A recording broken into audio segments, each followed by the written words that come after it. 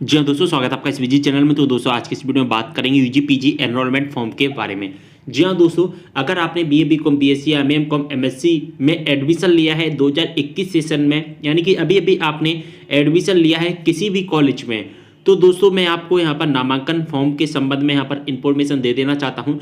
आपको अगर पता नहीं है तो मैं आपको बता देना चाहता हूँ दोस्तों कि जब हम अपने कॉलेज में एडमिशन लेते हैं तो एडमिशन लेने के बाद में, यानी कि जब एडमिशन फीस वगैरह ये सारी प्रोसेस को कंप्लीट कर लेते हैं तो इसके बाद में हमें एक रजिस्ट्रेशन करना होता है, या हम कहें एक फॉर्म भरना होता है जिसका नाम होता है एनरोलमेंट फॉर्म, या दोस्तों अगर हम कहें नामांकन फॉर्म।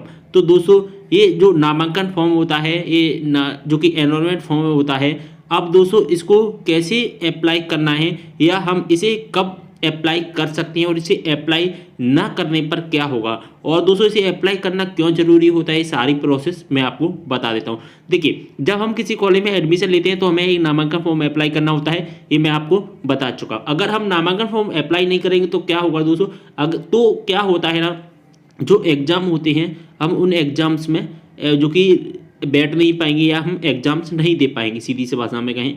जी हाँ दोस्तों, हम एग्ज़ाम्स नहीं दे पाएंगे, हम अपने एग्ज़ाम फॉर्म नहीं भर पाएंगे। जब एग्ज़ाम फॉर्म नहीं भर पाएंगे तो दोस्तों फिर हम अपने एग्ज़ाम नहीं दे पाएंगे। जब एग्ज़ाम नहीं दे पाएंगे तो हमारी साल हो जाएगी ख़राब। तो जब साल ख़राब हो जाएगी तो फिर क्या होगा, फिर हमें अगली साल एडमिशन लेना पड़ेगा। अगर दोस्तों आपने बीए-बीकॉम बीएससी एमए-एमकॉम एमएससी में एडमिशन लिया है तो वीडियो को पूरा देख लेना है। मैं आपको नामांकन फॉर्म के संबंध में पूरी इन्फॉर्मेशन यहाँ पर बताऊंगा फर्स्ट ईयर फर्स्ट सेमेस्टर के स्टूडेंट के लिए।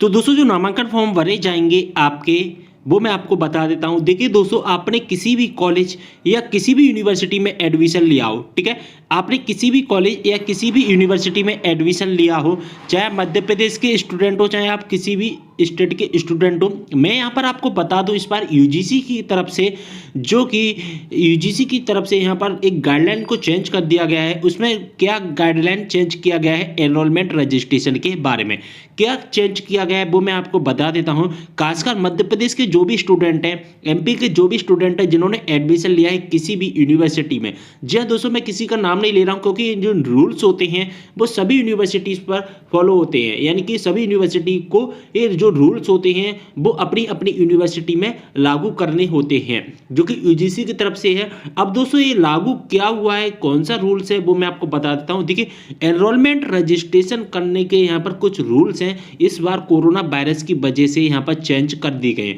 ठीक है। खासकर ये सबसे ज्यादा इफेक्ट इसका पड़ा है मध्य प्रदेश के यूनिवर्सिटी पर। तो मध्य प्रदेश की जितनी भी सभी यूनिवर्सिटीज हैं उन स्टूडेंट के बारे में बता देता हूं। जैसा कि जो हमारा जीवाजी हो गया, एमसीबी हो गया, चलो मैं आपको बता ही देता हूं, जो कि रानी दुर्गावती हो गया, बरकतुल्ला हो गया, देवी अल्लाह यूनिवर्सिटी हो गया, या हमारा सीयूसी यानी कि छिंदवाड़ा यूनिवर्सिटी हो गया, अवधेश प्रताप सिंह यूनिवर्सिटी हो गया, या हमारा भोज यूनिवर्सिटी हो गया, यानी कि जो मेन यूनिवर्सिटी है उनके मैंने यहाँ पर नाम बता दिए हैं दोस्तों। तो ये जो रूल्स होते हैं वो सभी पर लागू होते हैं। और दोस्तों इस बार जो लागू क्या हुआ है रूल्स, कि जो नामांकन रजिस्ट्रेशन होगा आपका, जो एनरोलमेंट का रजिस्ट्रेशन होगा दोस्तों, आपको अपने कॉलेज से ही करवाना होगा। जी हाँ दोस्तों, आपको अपने कॉलेज से ही करवाना होगा, यानी कि आपने जिस कॉलेज में एडमिशन लिया है उसी कॉलेज में जाकर के ऑफलाइन मोड में आपको खुद से जो कि रजिस्ट्रेशन करवाना होगा। पहले क्या होता था दोस्तों, मैं आपको पूरी इंफॉर्मेशन बता देता हूँ। 2020 तक क्या होता था, आपने किसी भी यूनिवर्सिटी में एडमिशन लिया हो, जो यूनिवर्सिटी की ऑफिशियल वेबसाइट होती है, मान के चलिए हम जीवाजी की बात करें तो जीवाजी.mp ऑनलाइन की वेबसाइट हो गई, यानी कि सभी यूनिवर्सिटी की अपनी अपनी वेबसाइट होती थी। उस वेबसाइट से आपको अपना रजिस्ट्रेशन करना होता था, काय का, एनरोलमेंट का, यानी कि नामांकन का। लेकिन इस बार 2021 में क्या कर दिया गया है, 2021 में इस रूल्स को चेंज कर दिया गया है। 2021 में दोस्तों कौन सा रूल्स लागू किया गया है आपको पता होगा। यहाँ पर जो एडमिशन होते हैं वो दो तरह के होते हैं, एक होते हैं हमारे यूटीडी में और एक होते हैं एप्लेटेड यानी कि कॉलेज में। अब यूटीडी का मतलब क्या होता है, यूटीडी को हम कह सकते हैं एसओएस, ठीक है। किसी किसी यूनिवर्सिटी में इसको एसओएस कहते हैं, किसी किसी यूनिवर्सिटी में इसको यूटीडी कहते हैं। अब इसमें क्या चेंजिंग की गई है वो मैं आपको बता दूं।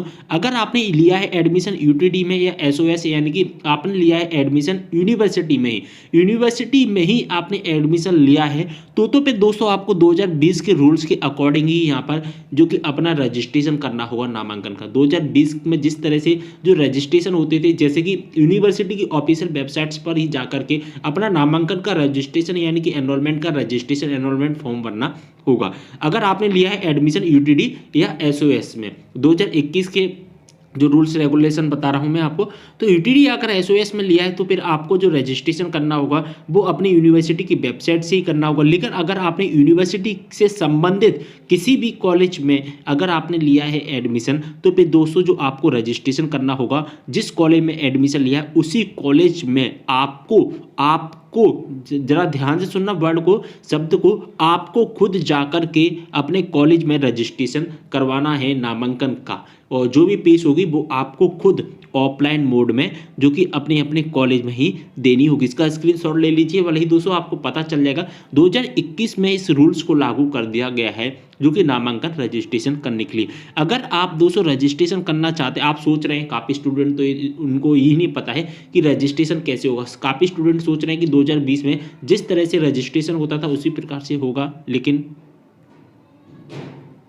यहाँ पर मैं आपको पूरी इन्फॉर्मेशन बता देता हूँ दोस्तों। अगर आपने लिया है 2021 में एडमिशन, तो यूटीडी में अगर आपने या एसओएस में एडमिशन लिया है तो आपको अपनी यूनिवर्सिटी की जो ऑफिशियल वेबसाइट है वहाँ पर जाकर ही रजिस्ट्रेशन करना होगा। लेकिन अगर आपने कॉलेज में या अगर जो यूनिवर्सिटी से एफिलिएटेड कॉलेज होते हैं उनमें एडमिशन लिया है, तो फिर आपको ऑफलाइन मोड में जाकर, ऑफलाइन मोड में ही, यानी कि अगर हम कहें आपको अपने कॉलेज में जाकर के अपना रजिस्ट्रेशन करवाना होगा नामांकन का। तो ये नामांकन फॉर्म भरना बहुत ज़्यादा जरूरी होता है। अगर नामांकन का फॉर्म नहीं भरोगे तो फिर मैंने आपको बताया था कि आप एग्जाम में सम्मिलित नहीं हो पाएंगे और आपकी जो साल है वो पूरी बर्बाद हो जाएगी।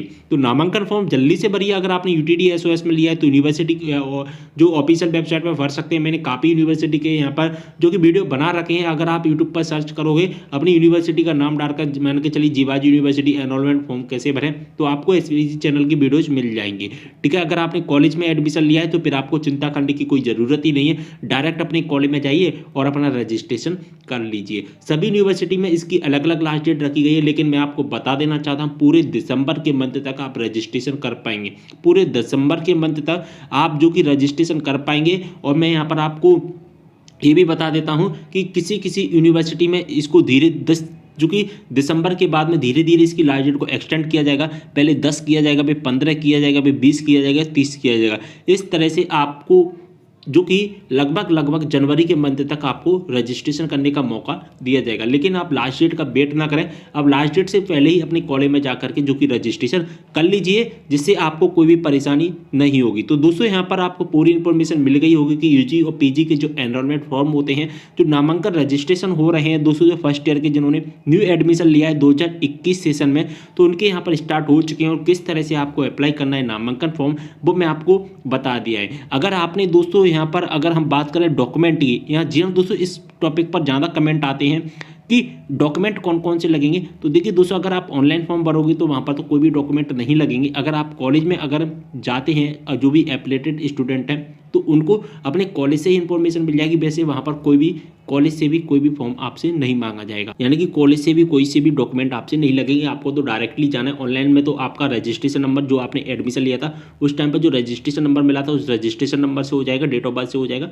और ऑफलाइन मोड में भी डायरेक्ट कॉलेज से हो जाएगा।